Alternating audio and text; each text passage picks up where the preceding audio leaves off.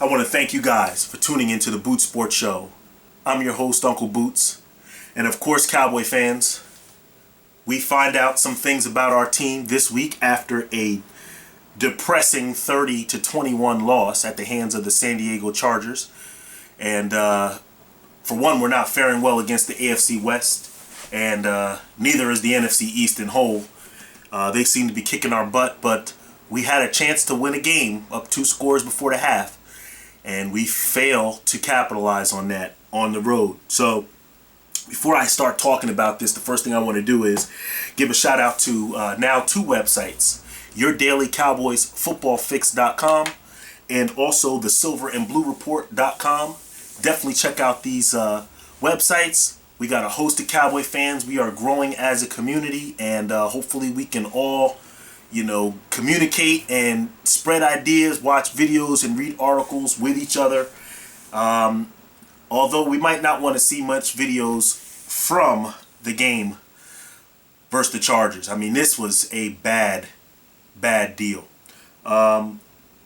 It wasn't as bad as it was bad to me because the Chargers were a football team that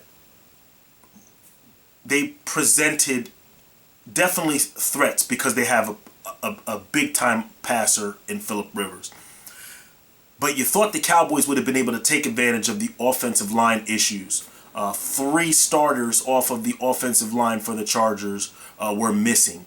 And then later on in the game, another starter came out and they had to sub in another guard, Schilling, into the lineup, who they just signed, I think, last week or the week before. You don't know what you're going to get with this team. And I thought, and let me admit this. The Cowboys did a good job selling me. Bill Parcells used to say, don't eat the cheese. Well, I was all in the cheese. I ate it all. The problem is that I thought that this team, I believed in what I saw last week. I believed in the defensive front line that was unblockable, was throwing Jake Long around like a rag doll. And I thought that we were going to see that, and we saw actually the total opposite of it this week. I thought, based on what I had seen, and not just from the Rams, I mean, the Cowboys' defensive front had been pretty active for 3 weeks. And I just didn't see that. I mean, you got to admit, the backups that started for the Rams, they blocked everything up. I thought that Phillip Rivers would have been sacked at least 5 times in this football game. And I don't think we got near him. I mean, maybe one time we got near him. So that was it. If you were going to tell me we weren't going to be able to block him and Phillip Rivers was going to be able to throw the ball to the likes of Danny Woodhead for 2 touchdowns and Antonio Gates for 10 receptions and a touchdown, I mean, the first when you're trying to play this team, the first thing you want to do is neutralize. You want to neutralize Antonio Gates. That's the first thing you want to do. You want to have a plan for that. And you thought that the cover 2 might help you do some of that. Well, it didn't.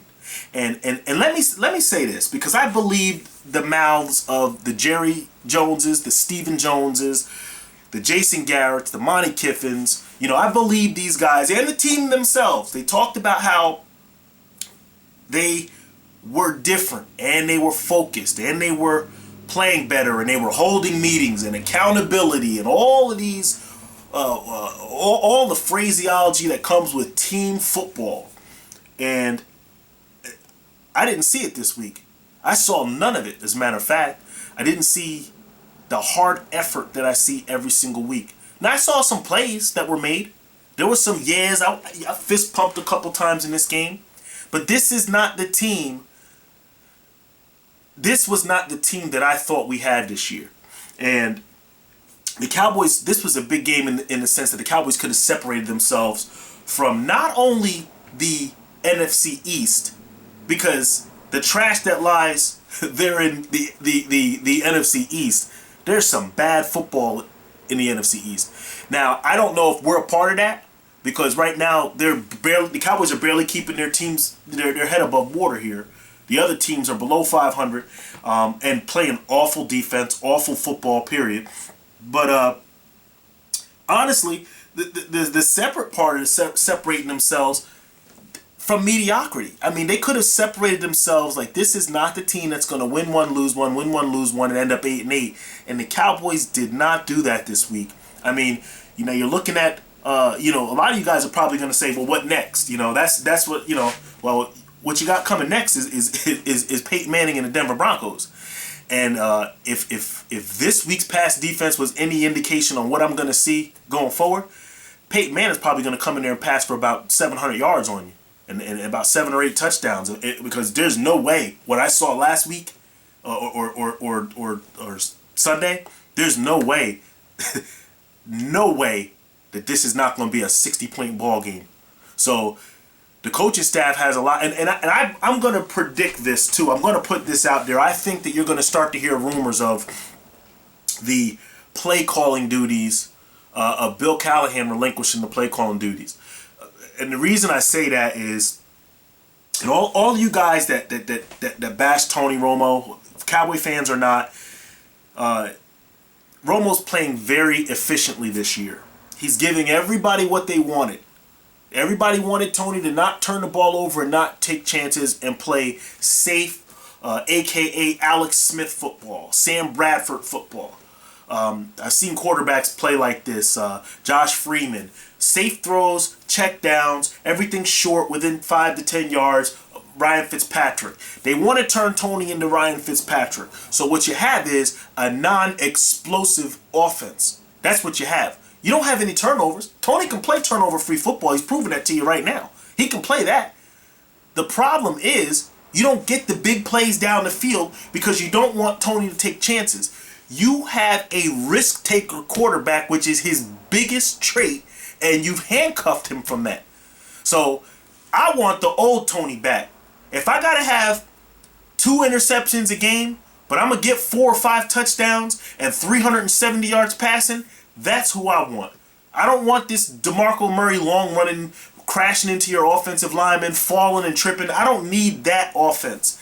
Give me back the Tony Romo show that I fell in love with, that carried us to tons of first downs and high fives and jumping, and defenses were scared of Tony.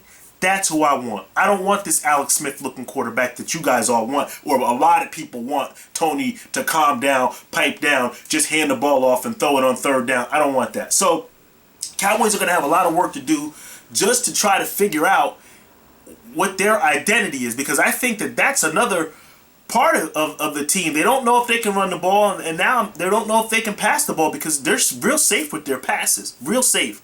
I mean, they turned Tony into a really, really efficient quarterback. So the game, switching gears a little bit, this game changed, and the momentum, and we did talk about this on the Bootz Sports Show here. We talked about this team needs to start recognizing and taking advantage of, sustaining the momentum in games and during the season. That's how you gain consistency, by sustaining momentum. The one thing this team has lacked is consistency, and we had momentum in that game. The Sean Lee interception for the touchdown, but for some reason the coaching staff decides to kick a field goal, a 56-yard field goal on the road, because the wind was blowing at their back with Dan Bailey. Now, at the time I didn't think so. This is hindsight, talking here. This is foresight. I did not believe that was a good idea. Win or make, I didn't like it. I wanted them to pin the ball deep, kick the ball. Our punter wasn't punting great. Chris Jones didn't have a great day yesterday. Actually had a pretty bad day punting the football. Couldn't take advantage of field position in that respect. Punt the ball deep and pin them inside the 10 or the 5, or just kick it out the back of the end zone, but make them have to drive all the way down the field to score. Now, they ran out of time because we gave them short field and managed to get a pretty long field goal, which would have been a punt had we done what I said. So they scored 3 points, and that took the momentum. They took the momentum back into that locker room at halftime, the San Diego Chargers. it was a poor coaching decision. That was a terrible job. I don't care if we kicked and made the field goal. I just didn't like. I mean, you had to make the field goal because I don't want to be ignorant here. You had to make the field goal, the 56-yarder, and look like a genius in order for that to work. Because anything else was not enough. It was a poor job. So I'm not going to say if he made the field goal, it would have been like, wow, that was great. They must have looked at it before the game and felt that he could have made him from 60. He must have made. It would have been a great job that he made it. But he didn't. And now it was the worst decision you could make. This is so frustrating for me. I mean, I didn't even want to do this show today. I didn't even want to do it. I'm feeling under the weather. I'm so sick and tired of the same thing every single week. We got bigger, shinier, better toys than yours, but everybody's playing with your toys and nobody's playing with mine. We got better players on this field, and we find ways to lose games. I'm watching Jerome Simpson catch passes from Matt Castle, 100+ yards, and we can't get guys open. I'm watching multiple games, and there's guys making plays. I'm just saying, all the stars we got on this team, and we got a bunch of guys dropping passes. Yeah, guess what? Terrence Williams came into the game and got his introduction into the starting role in the NFL. And yeah, it wasn't great. I mean, 7 catches for 70-something yards he had, and a fumble. Listen, the guy is trying to outstretch and get in the end zone. If he gets in the end zone, everybody's talking about what a great second effort the kid made. That's what they're talking about. That's what everybody would be saying. So he stretches out, the ball gets knocked out of his hand, it's a fumble, it's game over. Well, you know what? Why couldn't they go at Dez in this spot? I mean, if you followed me on Twitter at Jerry_Holman, you would have saw on my Twitter, during that play, I put, gotta be the fade route up to Dez for the touchdown. It's gotta be. It can't go to Terrence Williams. You can't let the defense dictate that we have to throw the ball to Terrence Williams all day. Go out and be assertive and stop saying, well, they were giving us Terrence Williams one-on-one, so we kept taking that. And if defenses are going to give us that, well, if that's the case, defenses are going to force you to try to make Terrence Williams a Pro Bowl wide receiver. You got to go out and take what they... You'll find out how to assert yourself this week when you watch the film of the Denver Broncos, because they don't give a damn what you're giving them. They're going to take what's theirs. So you'll see that. I'm not going to keep you guys long today because this you're talking about a team in this Dallas Cowboys team who got outcoached by better players. They roll out a badgered offensive line and the San Diego Chargers, and they say, we're going to throw the ball because we believe we can block Nick Hayden. We believe we can block DeMarcus Ware. We believe we can block George Selvey, and we definitely believe we can block Jason Hatcher. And you know what? With a no-frills offensive line, the San Diego Chargers did exactly that. They came out, they blocked them up, and they completed passes. And you know what? And the defensive. Let me tell you something. Everybody's so concerned, like I said, everybody's so concerned about the running gun quarterback, about the read option. We were all concerned about the RG3s of the world, and we were all concerned about, what's Vic gonna do this year? Cowboys, Monty Kiffin's defense, how's it gonna respond to the read option? Well, you know what? The pocket passer is kicking Dallas's ass this year. Eli Manning, 400 yards. Phillip Rivers, 400 yards.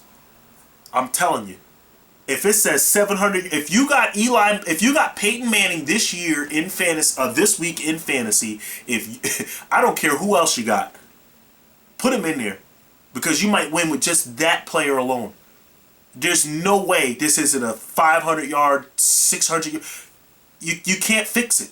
There's not enough practice week to fix what I'm seeing become a problem. I'm worried about the pocket passer. I'm not worried about Vic and these other guys. So the Cowboys definitely have definitely sold me a bad bill of goods here.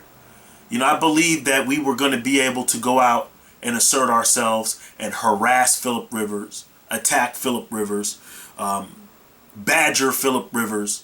and we just never got to him. You know, the coaching scheme that got me defensively was when the first time we saw Bruce Carter, and Bruce Carter can run with any player in the league just about. You know, as a linebacker, he can run with them all. You know, I'm not going to say slide him out there on a wide out and let him run with Sean Jackson, but I'm saying he can run, he can cover ground. Now, the first play, touchdown to Danny Woodhead, you know, Bruce Carter was in good position, actually looked for the ball, turned, looked for the ball, got his hand up. It was just a perfect throw out, you know, over his outstretched hand, fell right into the breadbasket for Danny Woodhead. Now, the coaching staff had a chance to go in at halftime and evaluate how they were going to attack that play the next time it shows its face up. And it did show its face up. And guess what? We were caught with our pants down in single coverage with the linebacker on. So you can't have that because, once again, Danny Woodhead is their version of Cole Beasley. That's their Cole Beasley there. You know, you can't have a linebacker, you know, with these quick twitch players like that covering for long distance, you know, long distances. We got caught in the same coverage again. So, you know, we did a terrible job with the adjustments, and we were out-schemed. They picked you apart because you weren't prepared for these guys. These guys made plays. I mean, they made plays on a defense that looked dynamite last week. I'm sick of it, man. I mean, I'm sick of it. We got what we got, man. We got a 500 team, 9-7 ball club. You know, that's what you got. You know, I thought maybe 10 wins. You got a 9 or 8 win team if you're lucky. Who knows what we'll see this week. You know, the way the Cowboys have traditionally done, they've won these games against the Broncos. They've come out and beat the undefeateds. I've seen them do it many a times. I've seen them beat Peyton with the Indianapolis Colts the year they won the Super Bowl and started out 9-0. Cowboys took them down. I think the Saints were 11-0. You know, Cowboys took them down. Cowboys win games like this. They do. They just do. But I'm not putting any more stock in this team. I'm going to continue to nurse myself from the sickness that I've contracted from whomever, including the Cowboys. I'm sure they had a hand in it too. Whatever virus they gave me last night. I'm sick. I'm just sick. In all aspects of the word sick, that's who I am. I'm pissed off. I feel like swearing in this video and being so unprofessional that this is the 9th time I've tried to take this video. You're watching this video that is rehashed and redone 9 times because I've had to eliminate stuff. I don't even know what I've said before, if I've said it again, because it's the 9th time I'm saying it. This is, it's frustrating. So I can't wait to be frustrated again next Sunday, going up against the Peyton Mannings and what have yous. So, guys, I'm out of here. Once again, I'll do another pregame show. It's going to be a grueling pregame show, too. It's going to be awful. Hopefully, I'll be in a better mood and I'll be in better health. Don't forget, 2 websites, guys. Check them out. YourDailyCowboysFootballFix.com. Once again, and also the Silver and Blue Report. I'm out of here. Let me nurse myself back to health. And hopefully the Cowboys will continue to follow, track injuries, etc. Hopefully we'll get healthy, and Jay Ratliff will be coming back in a couple weeks. So we need all the help we can get. I'm out of here. Thanks for tuning in. Don't forget to hit the like button and subscribe, guys. Cowboy Nation will rise again.